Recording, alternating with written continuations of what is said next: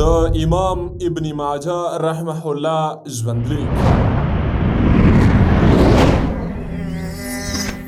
د افغان دعوت د شخصیت پیژندنې لړۍ په دې خپرونه کې امام ابن ماجه رحمه الله در پیژنو. د چینل په سبسکرایب او شیر کولو زموږ ملاتړ وکړئ.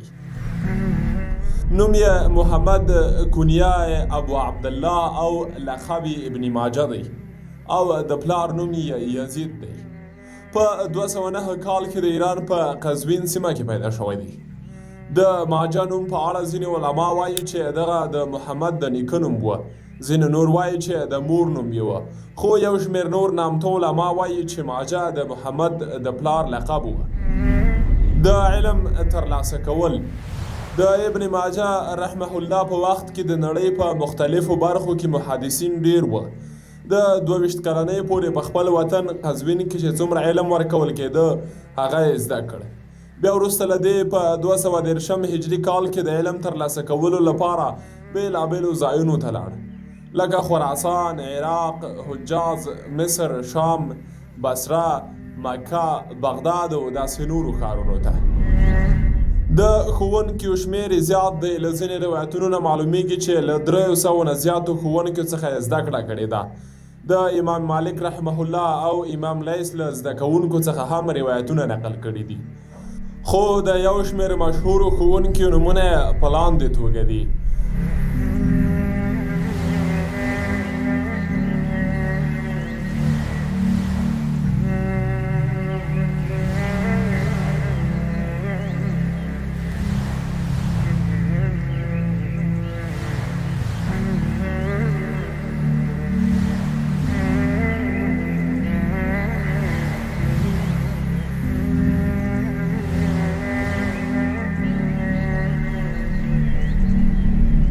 زده کوونکي یا شاګردان.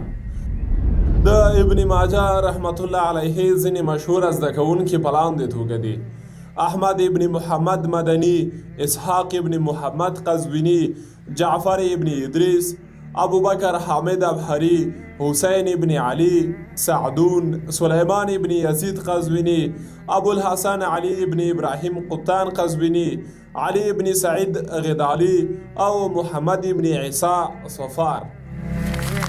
حافظ خلیل وایي ابن ماجه ډیر معتبر او د حجت وړ محدث و. د علم له لحاظه د نوموړي پر غوروالي باندې اتفاق دی او د حدیث په علم باندې پوره پوهېده. ابو القاسم وایي د مسلمانانو په امامانو کې ابن ماجه هم ډیر معتبر امام دی او د هغه پر قبولیت باندې د ټولو اتفاق دی. علامه ابن جوزی وایي ابن ماجه په حدیث، تاریخ او تفسیر کې ډیر ماهر و. علامه ابن خلکان وایي امام ابن ماجه پر حدیث او د هغه اړوند علمونو باندې ډیر پوهېده. امام زهبي وایي ابن ماجه ډیر لوی حافظ، صادق القول او وسیع العلم و.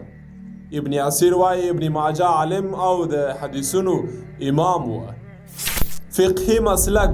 د ابن ماجه د فقهي مسلک په اړه په یقیني توګه څه نه ویل کېږي، خو دومره ویل کېږي چې نوموړی د نورو محدثینو په شان د کوم خاص مذهب پورې محدود نه و.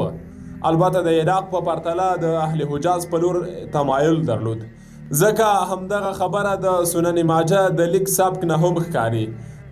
علامه طاهر ابن جزائري وایي ابن ماجه او داسې نور محدثین د یوه مجتهد امام مقلد هم نه و. عمل او اخلاق.